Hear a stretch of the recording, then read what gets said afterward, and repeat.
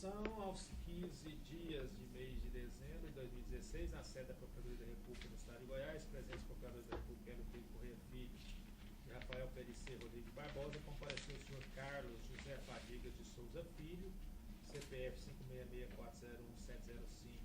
5664705-82, devidamente acompanhado do seu advogado Pierre Paulo Coutinho, OAB São Paulo 163657, e do Dr. Walter Pedrosa Barreto Júnior, OAB Bahia 20344, a fim de prestar depoimento em razão de celebração de acordo de colaboração com o Ministério Público Federal. Nesse momento, todos os presentes são cientificados da proibição de uso de quaisquer instrumentos de gravação ou registro de áudio ou vídeo próprios e declaram não estar fazendo uso oculto ou dissimulado de qualquer equipamento sob as penas legais. Observadas todas as cautelas de sigilo determinadas e atendendo aos ditames da Lei 12.850 de 2013, notadamente quanto ao disposto nos artigos 4º a 7º, pergunta ao senhor Carlos José Fadigas de Souza Filho. Os advogados ora presentes são seus defensores legalmente nomeados para lhes assistir no presente ato? Sim. O senhor renuncia ao direito ao silêncio, reafirmando o compromisso legal de dizer a verdade? Sim. O senhor pretende colaborar de forma efetiva e voluntária com investigações e processos criminais nos termos firmados com o Ministério Público Federal? Sim. O senhor, junto de seus defensores, autoriza expressamente, está ciente do registro audiovisual do presente ato de colaboração? Sim.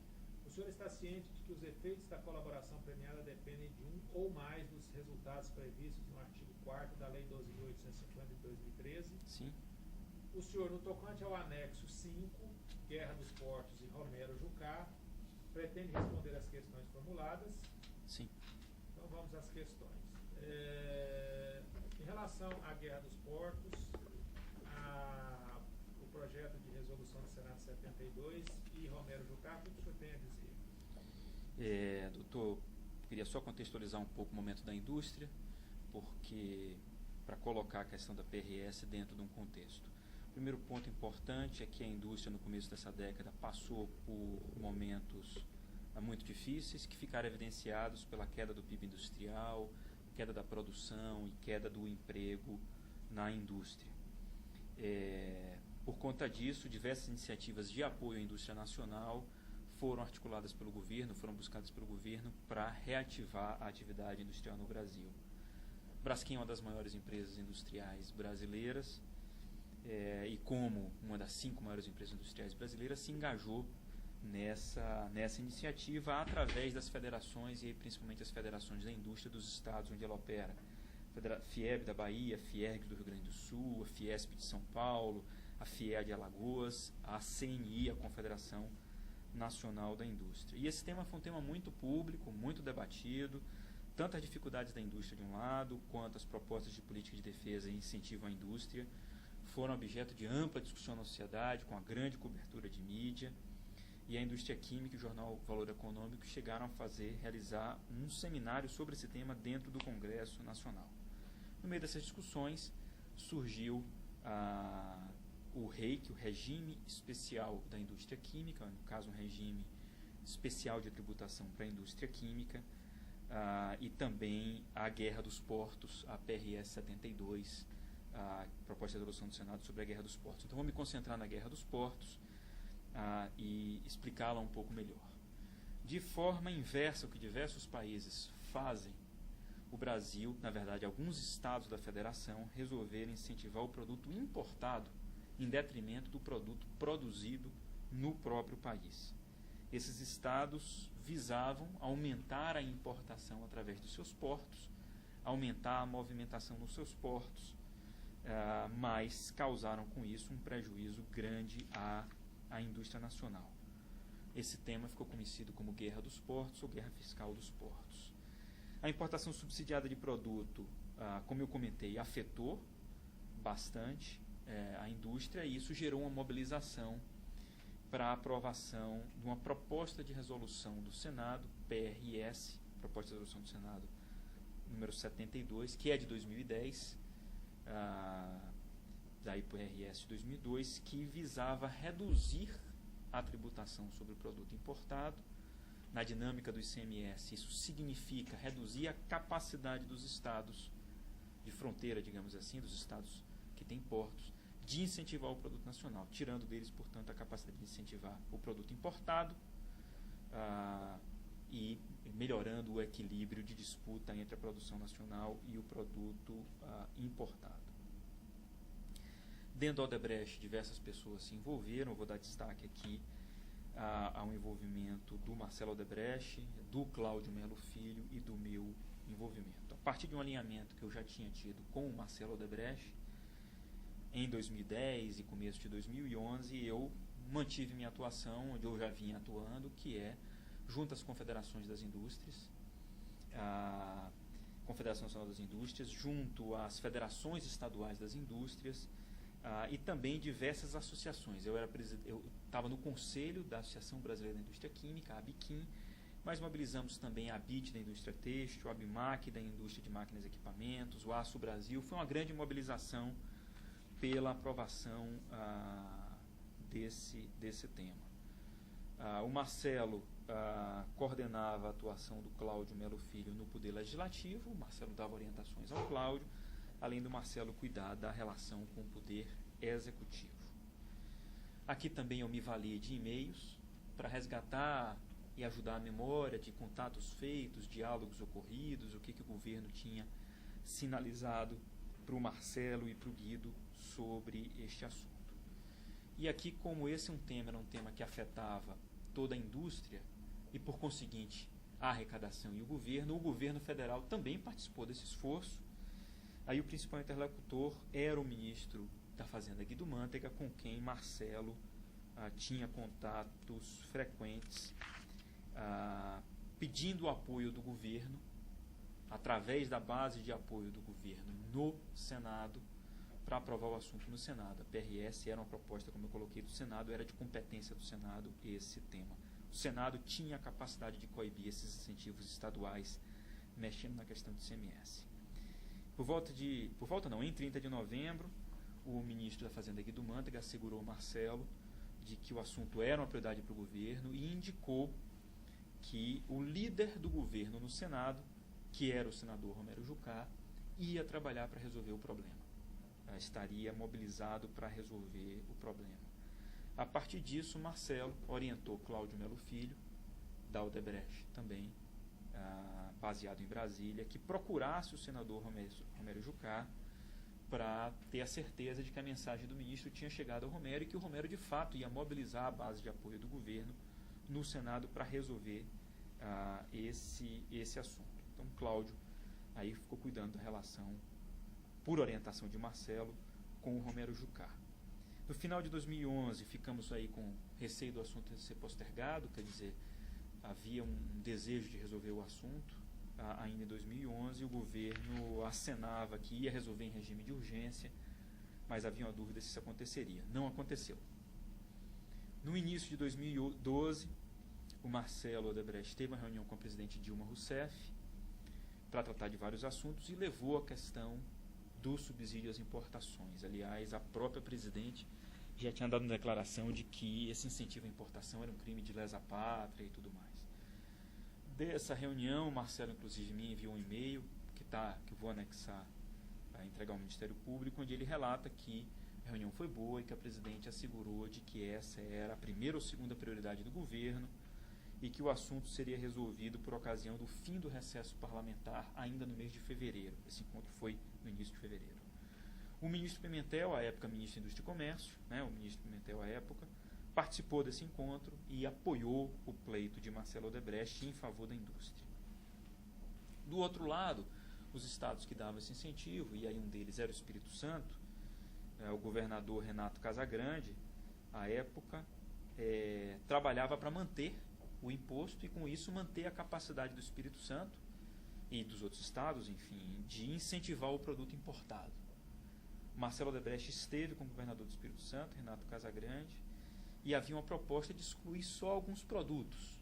Isso resolveria o problema de alguns setores. Houve uma proposta, inclusive, de excluir, por exemplo, petroquímica.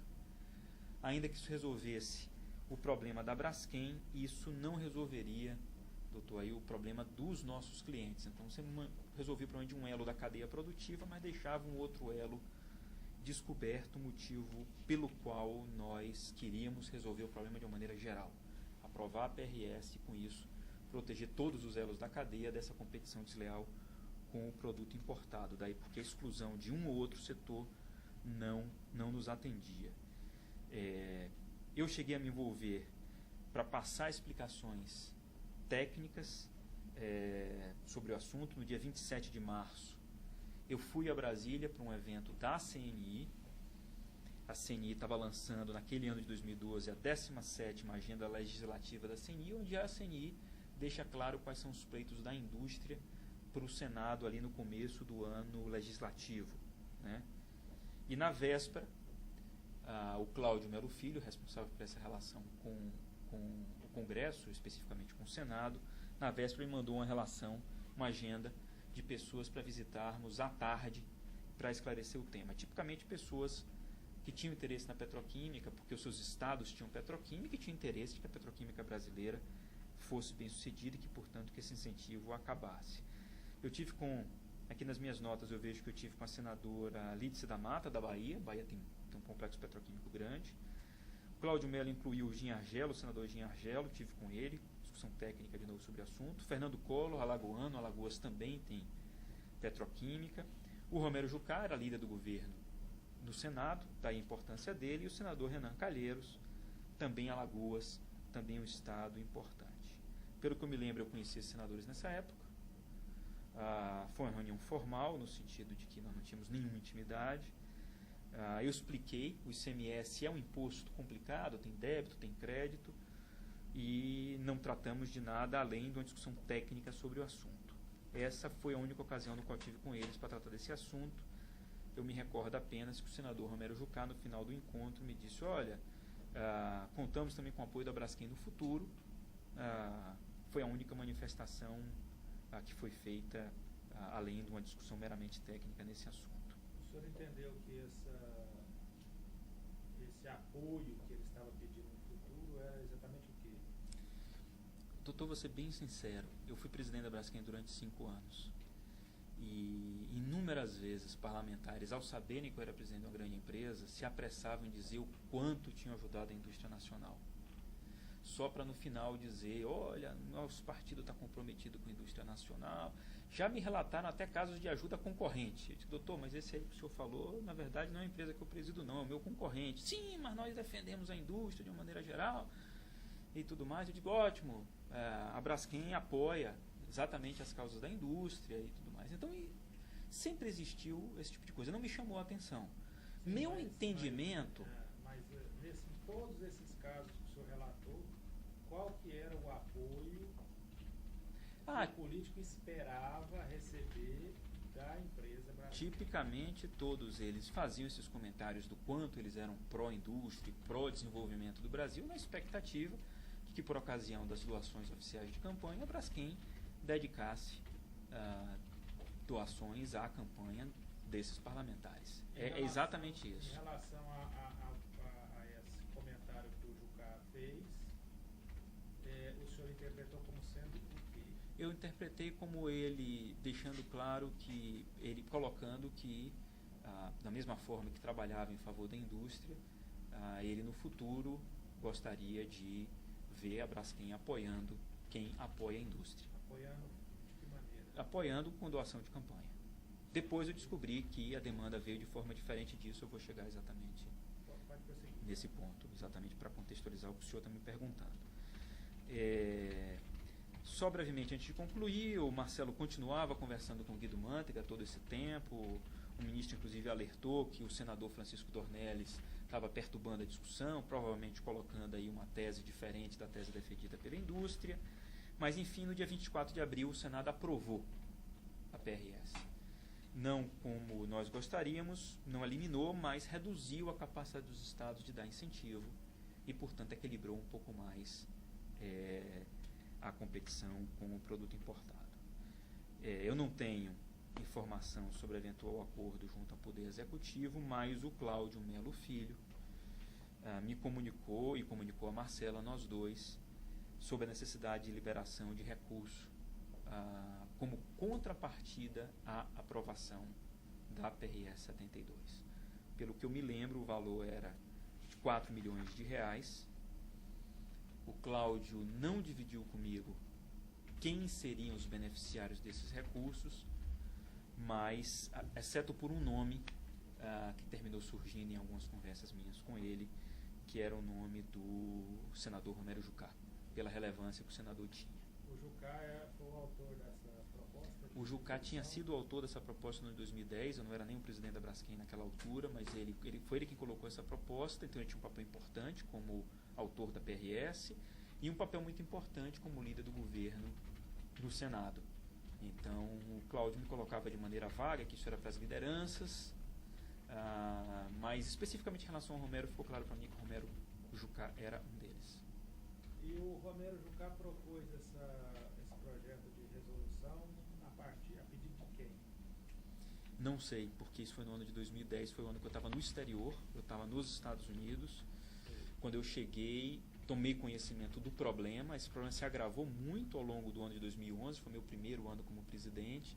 Foi também ao longo desse ano de 2011 que eu, acompanhando e discutindo o assunto com minha equipe, entendi que já existia uma proposta para acabar, que era a proposta de resolução número 72. Certo. O senhor não sabe quem, o senhor sabe se foi quem pessoa física, o senhor sabe se esse pedido partiu da Odebrecht ou se partiu de Fiesp ou de uma outra? Não sei, mas eu acredito que tenha partido de um pleito bem geral, porque a mobilização era muito grande. Já era grande já, na época. Já era. Abit, Abimac, Abiquim, Abiplast, CNI, Fiesp, enfim.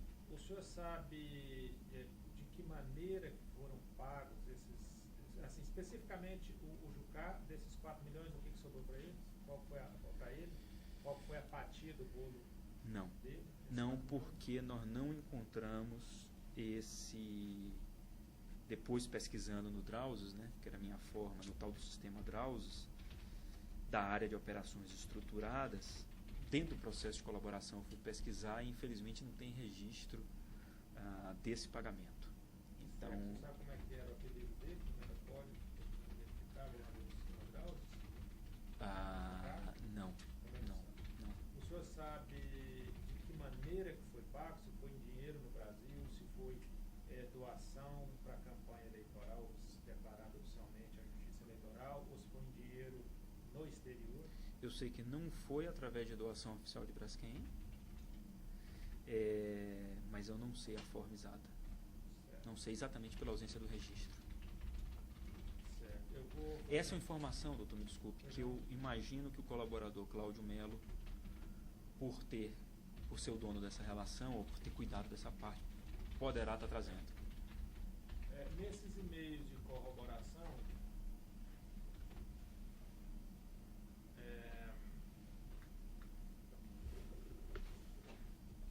tem vários e-mails aqui, tem um especial. Pode entrar. Vou dar uma produção comparativa, por favor, porque eu chego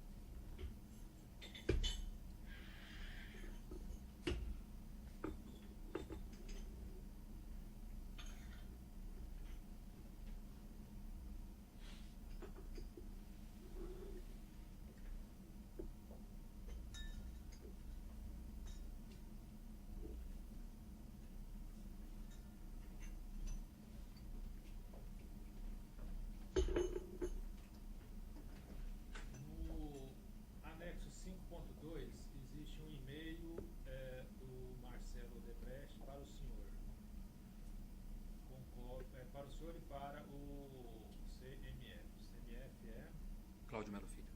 Cláudio Melo Filho. E ele fala também, veja conjugar se GM está mesmo firme, conforme disse. GM é Guido Mantega. Guido Mantega. Ele disse que orientou RJ a botar para votar este ano. RJ é Romero Jucá.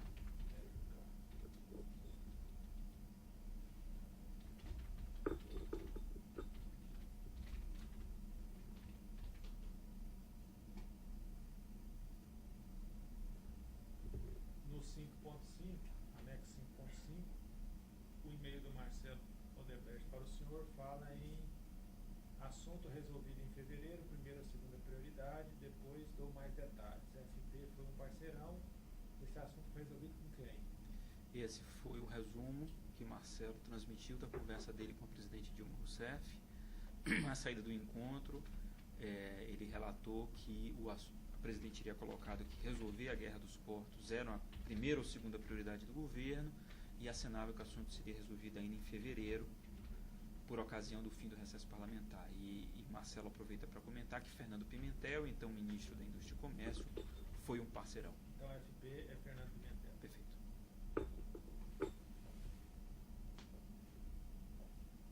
Certo. O senhor tem mais algumas questões a fazer? Eu queria só fazer um comentário final, que a solução da guerra dos portos foi fundamental para a manutenção da atividade industrial no Brasil, preservação dos empregos e da cadeia produtiva e geração, inclusive, de impostos com ganho para o erário e que, portanto, a nossa atuação se deu não em benefício só da Braskem, mas de todo um setor industrial. Alguma pergunta? Doutor Bochini? Alguma pergunta, Paulo? Não. Obrigado. Mas eu repeti a mesma forma que a gente usou